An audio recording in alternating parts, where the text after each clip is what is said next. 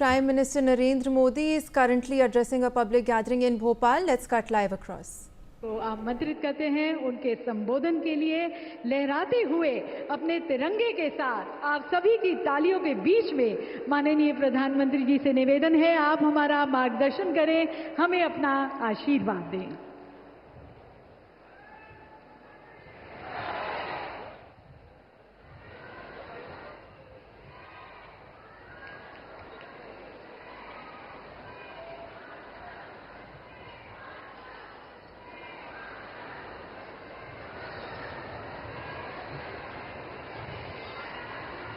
मध्य प्रदेश के राज्यपाल श्रीमान मंगूभाई पटेल, हमारे लोकप्रिय मुख्यमंत्री श्रीमान मोहन यादव जी, टेक्नोलॉजी के माध्यम से हमारे साथ जुड़े हुए केंद्रीय मंत्री, इंदौर से तोखन साहू जी, दतिया से राम मोहन नायडू जी, सतना से मुरलीधर मोहोल जी, यहां मंच पर उपस्थित राज्य के उप मुख्यमंत्री जगदीश देवड़ा जी, राजेंद्र शुक्ला जी, लोकसभा में मेरे साथी वीडी शर्मा जी, अन्य मंत्रीगण, जनप्रतिनिधिगण और विशाल संख्या में आए हुए मेरे प्यारे भाई और बहनों, सबसे पहले मैं मां भारती को, भारत की मातृशक्ति को प्रणाम करता हूं।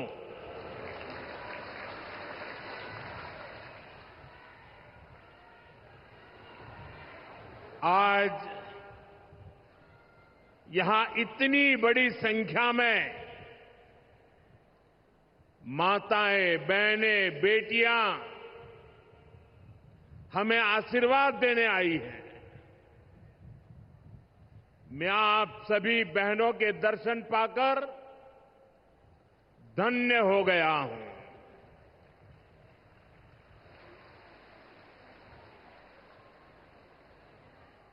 भाइयों बहनों, आज लोकमाता देवी अहिल्याबाई होलकर जी की 300वीं जन्म जयंती है। 140 करोड़ भारतीयों के लिए ये अवसर प्रेरणा का है। राष्ट्र निर्माण के लिए हो रहे भगीरथ प्रयासों में अपना योगदान देने का है। देवी अहिल्याबाई कहती थी कि शासन का सही अर्थ जनता की सेवा करना और उनके जीवन में सुधार लाना होता है। आज का कार्यक्रम उनकी इस सोच को आगे बढ़ाता है। आज इंदौर मेट्रो की शुरुआत हुई है। दतिया और सतना भी अब हवाई सेवा से जुड़ गए हैं। ये सभी प्रोजेक्ट मध्य प्रदेश में सुविधाएं बढ़ाएंगे, विकास को गति देंगे और रोजगार के अनेक नए अवसर बनाएंगे। मैं आज इस पवित्र दिवस पर विकास के इन सारे कामों के लिए आप सबको, पूरे मध्य प्रदेश को बहुत बहुत बधाई देता हूं। साथियों, लोक माता देवी अहिल्याबाई होलकर,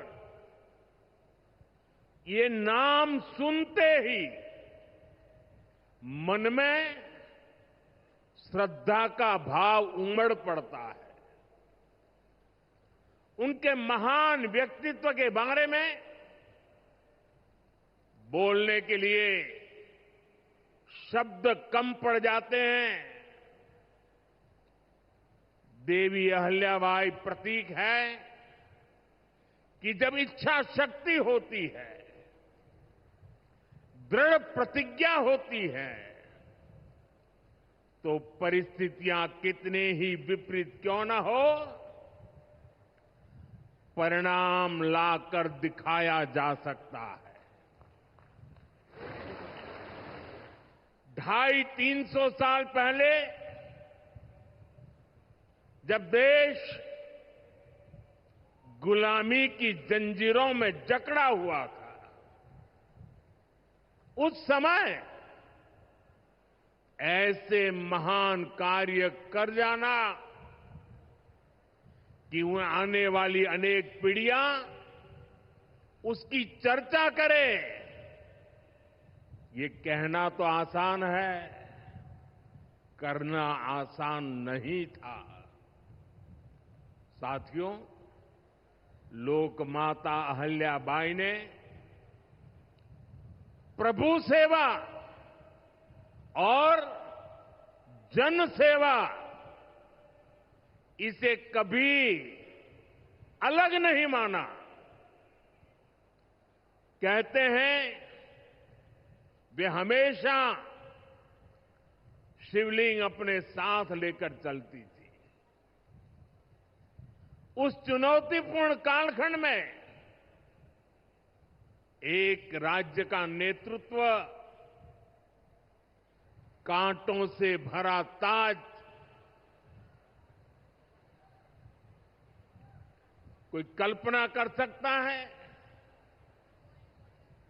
कांटों से भरा ताज पहनने जैसा वो काम, लेकिन लोक माता अहिल्याबाई ने अपने राज्य की समृद्धि को नई दिशा दी। उन्होंने गरीब से गरीब को समर्थ बनाने के लिए काम किया। देवी अहिल्याबाई भारत की विरासत की बहुत बड़ी संरक्षक थी। जब देश की संस्कृति पर, हमारे मंदिरों, हमारे तीर्थ स्थलों पर हमले हो रहे थे, तब लोक माता ने उन्हें संरक्षित करने का बीड़ा उठाया।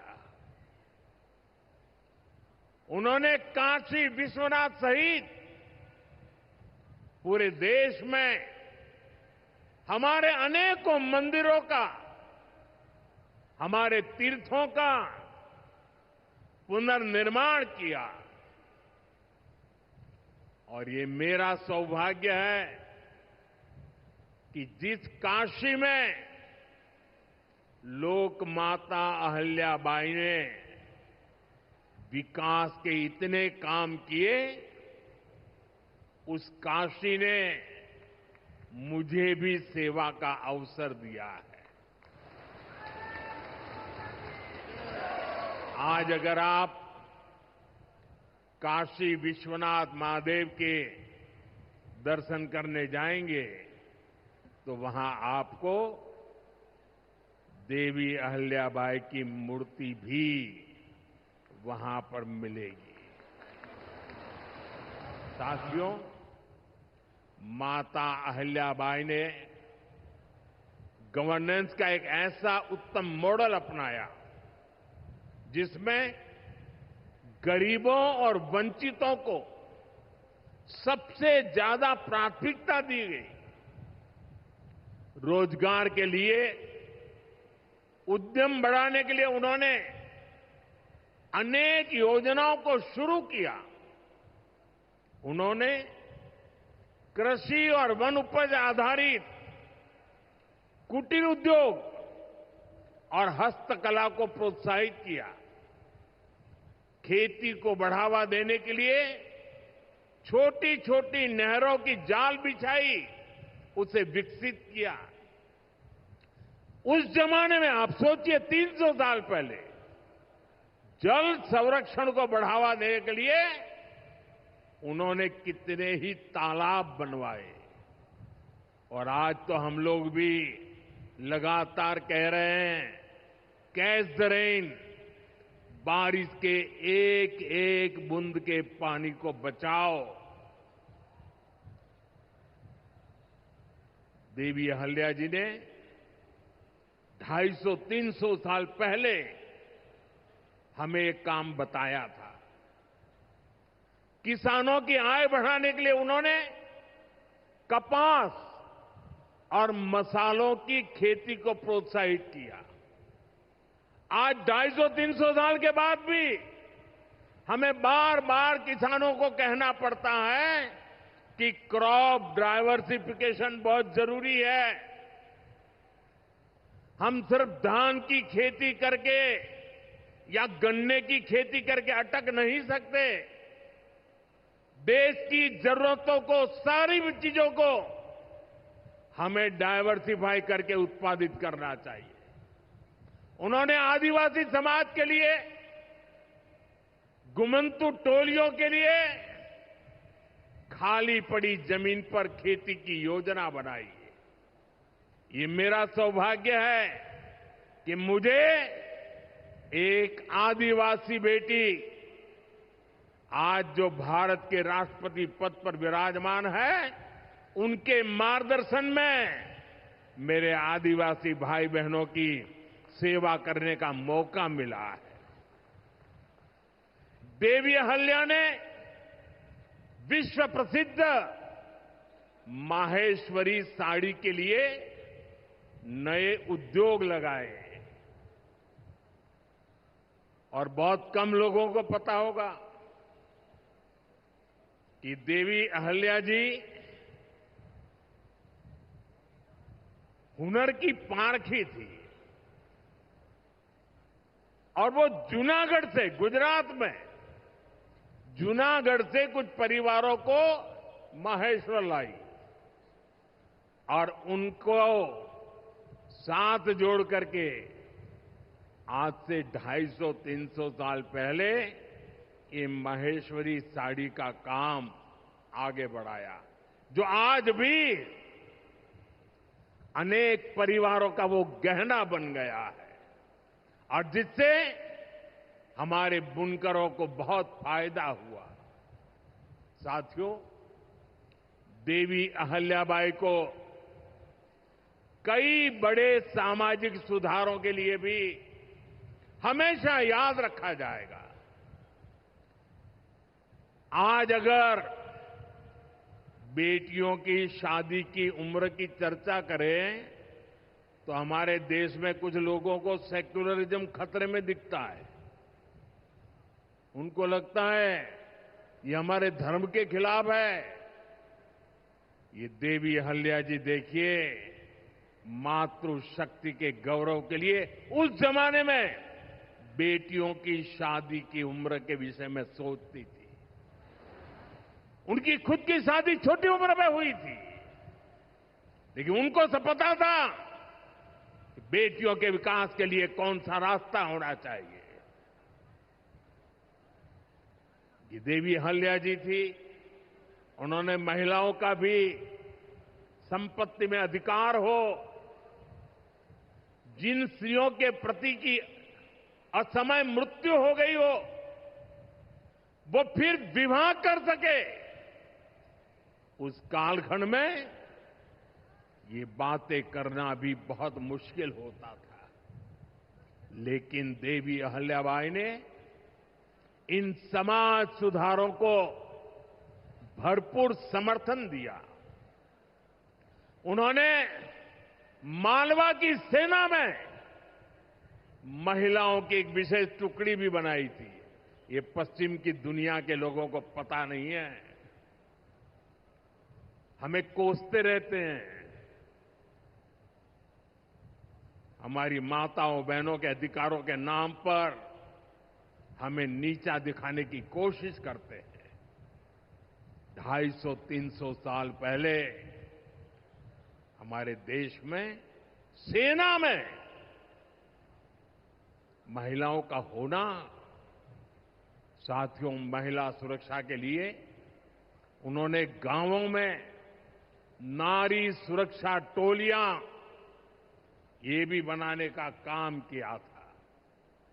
यानी माता अहिल्याबाई राष्ट्र निर्माण में हमारी नारी शक्ति के अमूल्य योगदान का प्रतीक है। मैं समाज में इतना बड़ा परिवर्तन लाने वाली देवी अहिल्यादेवी जी को आज श्रद्धापूर्वक नमन करता हूं, उनके चरणों में प्रणाम करता हूं और मैं उनसे प्रार्थना करता हूं कि आप जहां भी हो, हम सभी पर अपना आशीर्वाद बरसाए। साथियों, देवी अहिल्या का एक प्रेरक कथन है जो हम कभी भूल नहीं सकते। और उस कथन का अगर मोटे मोटे शब्दों में मैं कहूं तो उसका भाव यही था कि जो कुछ भी हमें मिला है वो जनता द्वारा दिया ऋण है, जिसे हमें चुकाना है। आज हमारी सरकार लोकमाता अहिल्याबाई के इन्हीं मूल्यों पर चलते हुए काम कर रही है। नागरिक देवो भव, ये आज गवर्नेंस का मंत्र है। हमारी सरकार विमेन लेड डेवलपमेंट के विजन को विकास की धुरी बना रही है। सरकार के हर बड़ी योजना के केंद्र में माताएं, बहनें, बेटियां हैं। आप भी जानती हैं, गरीबों के लिए 4 करोड़ घर बनाए जा चुके हैं और इनमें से अधिकतर घर हमारी माताओं बहनों के नाम पर है। अब मालिकाना हक मेरी माताओं बहनों को दिया है। इनमें से ज्यादातर महिलाएं ऐसी हैं जिनके नाम पहली बार कोई संपत्ति दर्ज हुई है। यानी देश की करोड़ों बहनें पहली बार घर की मालकिन बनी है। साथियों, आज सरकार हर घर तक नल से जल पहुंचा रही है ताकि हमारी माताओं बहनों को असुविधा ना हो, बेटियां अपनी पढ़ाई में ध्यान दे सके। करोड़ों बहनों के पास पहले बिजली, एलपीजी गैस और टॉयलेट जैसी सुविधाएं भी नहीं थी। ये सुविधाएं भी हमारी सरकार ने पहुंचाई। और ये सिर्फ सुविधाएं नहीं है, ये माताओं बहनों के सम्मान का हमारी तरफ से एक नम्र प्रयास है। इससे गांव की गरीब परिवारों की माताओं बहनों के जीवन से अनेक मुश्किलें कम हुई है। साथियों, पहले माताएं बहनें अपनी बीमारियां छुपाने पर मजबूर थी। गर्भावस्था के दौरान अस्पताल जाने से बचती थी। उनको लगता था कि इससे परिवार पर बोझ पड़ेगा और इसलिए वो दर्द सहती थी, लेकिन परिवार में किसी को बताती नहीं थी। आयुष्मान भारत योजना ने उनकी इस चिंता को भी खत्म किया है। अब वो भी अस्पताल में 5 लाख रुपए तक का मुफ्त इलाज करा सकती है। साथियों, महिलाओं के लिए पढ़ाई और दवाई के साथ ही जो बहुत जरूरी चीज है वो कमाई भी है। जब महिला की अपनी आय होती है तो घर में उसका स्वाभिमान और बढ़ जाता है, घर के निर्णयों में उसकी सहभागिता और बढ़ जाती है। बीते 11 वर्षों में हमारी सरकार ने देश की महिलाओं को आर्थिक रूप से सशक्त करने के लिए निरंतर काम किया है। आप कल्पना कर सकते हैं, 2014 से पहले आपने मुझे सेवा करने का मौका दिया, उसके पहले 30 करोड़ से ज्यादा बहनें ऐसी थी जिनका कोई बैंक खाता ही नहीं था। हमारी सरकार ने इन सभी के बैंक में जनधन खाते खुलवाए। इन्हीं खातों में अब सरकार अलग अलग योजनाओं का पैसा सीधा उनके खाते में भेज रही है। अब वे गांव हो या शहर अपना कुछ न कुछ काम कर रही है, आर्थिक उपार्जन कर रही है, स्वरोजगार कर रही है। उन्हें मुद्रा योजना से बिना गारंटी का लोन मिल रहा है। मुद्रा योजना की 75% से ज्यादा लाभार्थी ये हमारी माताएं, बहनें, बेटियां हैं। साथियों, आज देश में 10 करोड़ बहनें सेल्फ हेल्प ग्रुप से जुड़ी हैं जो कोई न कोई आर्थिक गतिविधि करती है। ये बहनें अपनी कमाई के नए साधन बनाएं, इसके लिए सरकार लाखों रुपयों की मदद कर रही है। हमने ऐसी 3 करोड़ बहनों को लखपति दीदी बनाने का संकल्प लिया है। मुझे संतोष है कि अब तक 1.5 करोड़ से ज्यादा बहनें लखपति दीदी बन भी चुकी है। अब गांव-गांव में बैंक सखियां लोगों को बैंकिंग से जोड़ रही है। सरकार ने बीमा सखियां बनाने का अभियान भी शुरू किया है। हमारी बहनें, बेटियां अब देश को बीमा की सुरक्षा देने में बहुत बड़ी भूमिका निभा रही हैं। साथियों, एक समय था जब नई टेक्नोलॉजी आती थी तो उससे महिलाओं को दूर रखा जाता था। हमारा देश आज उस दौर को भी पीछे छोड़ रहा है। आज सरकार का प्रयास है कि आधुनिक टेक्नोलॉजी में भी हमारी बहनें, हमारी बेटियां आगे बढ़कर के नेतृत्व दें। अब जैसे आज खेती में ड्रोन क्रांति आ रही है, इसको हमारी गांव की बहनें ही नेतृत्व दे रही है। नमो ड्रोन दीदी अभियान से गांव की बहनों का हौसला बढ़ रहा है, उनकी कमाई बढ़ रही है और गांव में उनकी एक नई पहचान बन रही है।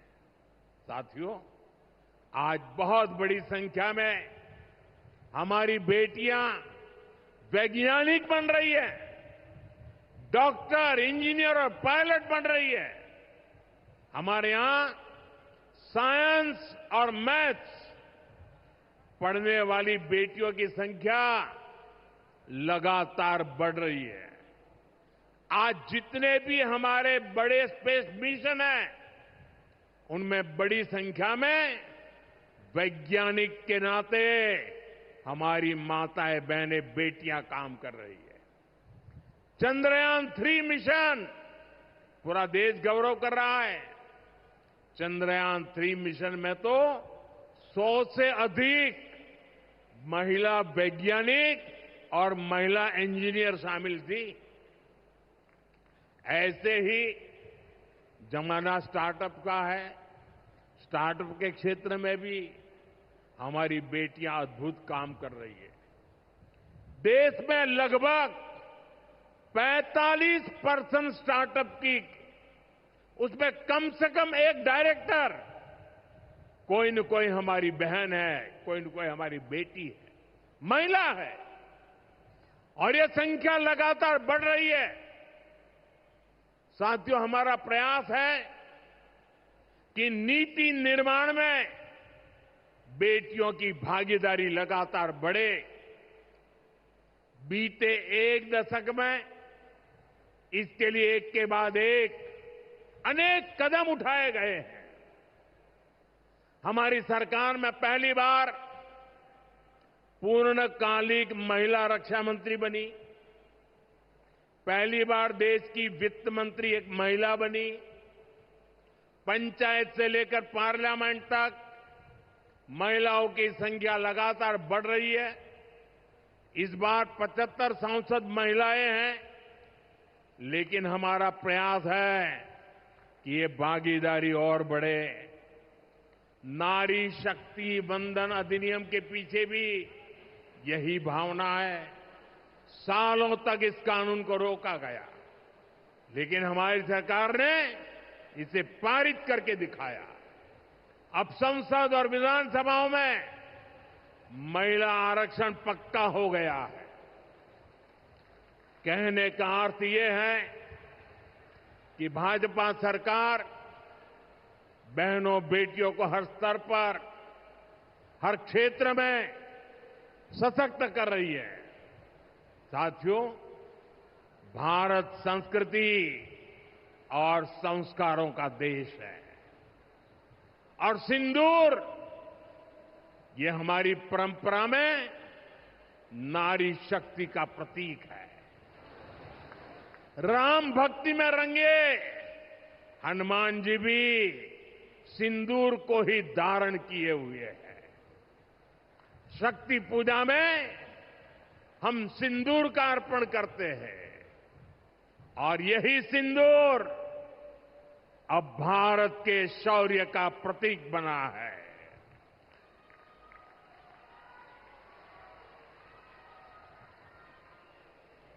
साथियों, पहलगाम में आतंकियों ने सिर्फ भारतीयों का खून ही नहीं बहाया, उन्होंने हमारी संस्कृति पर भी प्रहार किया है।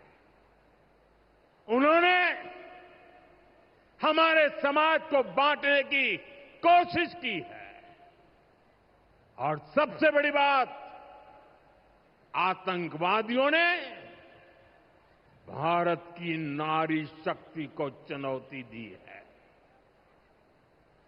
ये चुनौती आतंकवादियों और उनके आकाओं के लिए काल बन गई है, काल। ऑपरेशन सिंदूर आतंकवादियों के खिलाफ भारत के इतिहास का सबसे बड़ा और सफल ऑपरेशन है। जहां पाकिस्तान की सेना ने सोचा तक नहीं था, वहां आतंकी ठिकानों को हमारी सेना ने मिट्टी में मिला दिया। सैकड़ों किलोमीटर अंदर घुस करके मिट्टी में मिला दिया। ऑपरेशन सिंदूर ने डंके की चोट पर कह दिया है कि आतंकवादियों के जरिए छद्म युद्ध, प्रॉक्सी वॉर नहीं चलेगा। अब घर में घुसकर भी मारेंगे, और जो आतंकियों की मदद करेगा उसको भी इसकी भारी कीमत चुकानी पड़ेगी।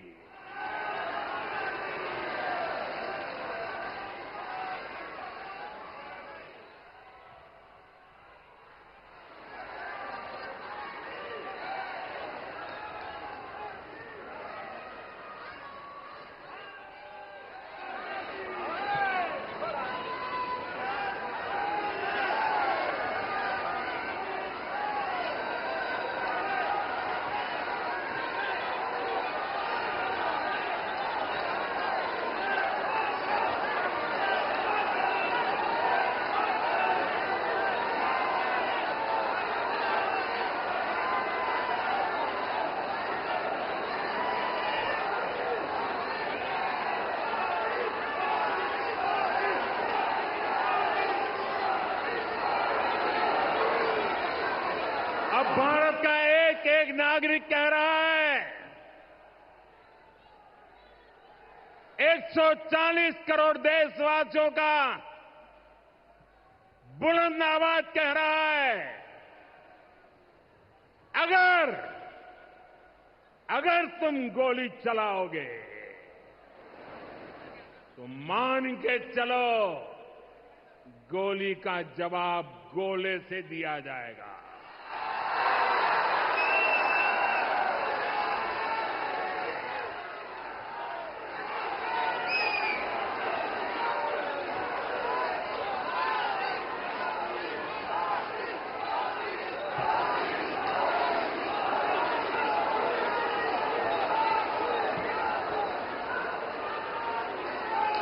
साथियों, ऑपरेशन सिंदूर हमारी नारी शक्ति के सामर्थ्य का भी प्रतीक बना है।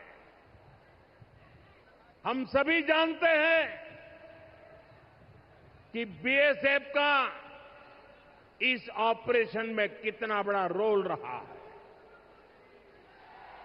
जम्मू से लेकर पंजाब, राजस्थान और गुजरात की सीमा तक बड़ी संख्या में बीएसएफ की हमारी बेटियां मोर्चे पर रही थी, मोर्चा संभाल रही थी। उन्होंने सीमा पार से होने वाली फायरिंग का मुंहतोड़ जवाब दिया। कमांड एंड कंट्रोल सेंटर से लेकर दुश्मनों की पोस्टों को ध्वस्त करने तक बीएसएफ की वीर बेटियों ने अद्भुत शौर्य दिखाया है। साथियों, आज दुनिया राष्ट्र रक्षा में भारत की बेटियों का सामर्थ्य देख रही है। इसके लिए भी बीते दशक में सरकार ने अनेक कदम उठाए हैं। स्कूल से लेकर युद्ध के मैदान तक आज देश अपनी बेटियों के शौर्य पर अभूतपूर्व भरोसा कर रहा है। हमारी सेना ने पहली बार सैनिक स्कूलों के दरवाजे बेटियों के लिए खोले हैं। 2014 से पहले एनसीसी में सिर्फ 25% कैडेट्स ही बेटियां होती थी। आज उनकी संख्या 50% की तरफ आगे बढ़ रही है। कल के दिन देश में एक और नया इतिहास बना है। आज अखबार में देखा होगा आपने, नेशनल डिफेंस एकेडमी यानी एनडीए से महिला कैडेट्स का पहला बैच पास आउट हुआ है। आज सेना, नौसेना और वायुसेना में बेटियां अग्रिम मोर्चे पर तैनात हो रही है। आज फाइटर प्लेन से लेकर आईएनएस विक्रांत युद्धपोत तक विमेन ऑफिसर्स अपनी जांबाजी दिखा रही है। साथियों, हमारी नौसेना की वीर बेटियों के साहस का ताजा उदाहरण भी देश के सामने है। आपको मैं नाविका सागर परिक्रमा के बारे में बताना चाहता हूं। नेवी की 2 वीर बेटियों ने करीब 250 दिन की समुद्री यात्रा पूरी की है। धरती का चक्कर लगाया है। हजारों किलोमीटर की ये यात्रा उन्होंने ऐसी नाव से की जो मोटर से नहीं, बल्कि हवा से चलती है। सोचिए, 250 दिन समंदर में, इतने दिनों तक समंदर में रहना, कई कई हफ्ते तक जमीन के दर्शन तक नहीं होना, और ऊपर से समंदर का तूफान कितना तेज होता है मुझे पता है। खराब मौसम, भयानक तूफान, उन्होंने 2 बेटियां, उन्होंने हर मुसीबत को हराया है। ये दिखाता है कि चुनौती कितनी भी बड़ी हो, भारत की बेटियां उस पर विजय पा सकती है। साथियों, नक्सलियों के खिलाफ ऑपरेशन हो या फिर सीमा पार का आतंक हो, आज हमारी बेटियां भारत की सुरक्षा की ढाल बन रही है। मैं आज देवी अहल्या की इस पवित्र भूमि से देश की नारी शक्ति को फिर से सैल्यूट करता हूं। साथियों, देवी अहल्या ने अपने शासनकाल में विकास के कार्यों के साथ साथ विरासत को भी सहेजा। आज का भारत भी विकास और विरासत दोनों को साथ लेकर चल रहा है। आधुनिक इंफ्रास्ट्रक्चर के निर्माण को देश कैसे गति दे रहे हैं, आज का कार्यक्रम इसका उदाहरण है। आज मध्य प्रदेश को पहली मेट्रो सुविधा मिली है।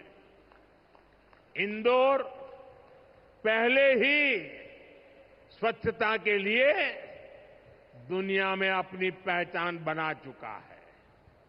अब इंदौर की पहचान उसकी मेट्रो से भी होने जा रही है। यहां भोपाल में भी मेट्रो का काम तेजी से चल रहा है। मध्य प्रदेश में रेलवे के क्षेत्र में व्यापक काम हो रहा है। कुछ दिन पहले ही केंद्र सरकार ने रतलाम नागदा रूट को 4 लाइनों में बदलने के लिए स्वीकृति दे दी है। इससे इस क्षेत्र में और ज्यादा ट्रेनें चल पाएगी, भीड़भाड़ कम होगी।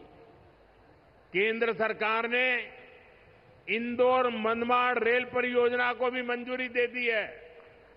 साथियों, आज मध्य प्रदेश के दतिया और सतना भी हवाई यात्रा के नेटवर्क से जुड़ गए हैं। इन दोनों हवाई अड्डों से बुंदेलखंड और विंध्य क्षेत्र में एयर कनेक्टिविटी बेहतर होगी। अब मां पीतांबरा, मां शारदा देवी और पवित्र चित्रकूट धाम के दर्शन करना और सुलभ हो जाएगा। साथियों, आज भारत इतिहास के उस मोड़ पर है जहां हमें अपनी सुरक्षा, अपने सामर्थ्य और अपनी संस्कृति हर स्तर पर काम करना है। हमें अपना परिश्रम बढ़ाना है। इसमें हमारी मातृशक्ति, हमारी माताओं, बहनों, बेटियों की भूमिका बहुत बड़ी है। हमारे सामने लोकमाता देवी अहल्याबाई जी की प्रेरणा है। रानी लक्ष्मीबाई, रानी दुर्गावती, रानी कमलापति, अवंतीबाई लोधी, कित्तूर की रानी चेन्नम्मा, रानी गाडिल्यो, वेलु नाचियार, सावित्रीबाई फुले, ऐसे हर नाम हमें गौरव से भर देते हैं। लोक माता अहिल्याबाई की ये 300वीं जन्म जयंती हमें निरंतर प्रेरित करती रहे। आने वाली सदियों के लिए हम एक सशक्त भारत की नींव मजबूत करें। इसी कामना के साथ आप सभी को फिर से एक बार बहुत बहुत शुभकामनाएं देता हूं। अपना तिरंगा ऊपर उठा करके मेरे साथ बोलिए, भारत माता की, भारत माता की,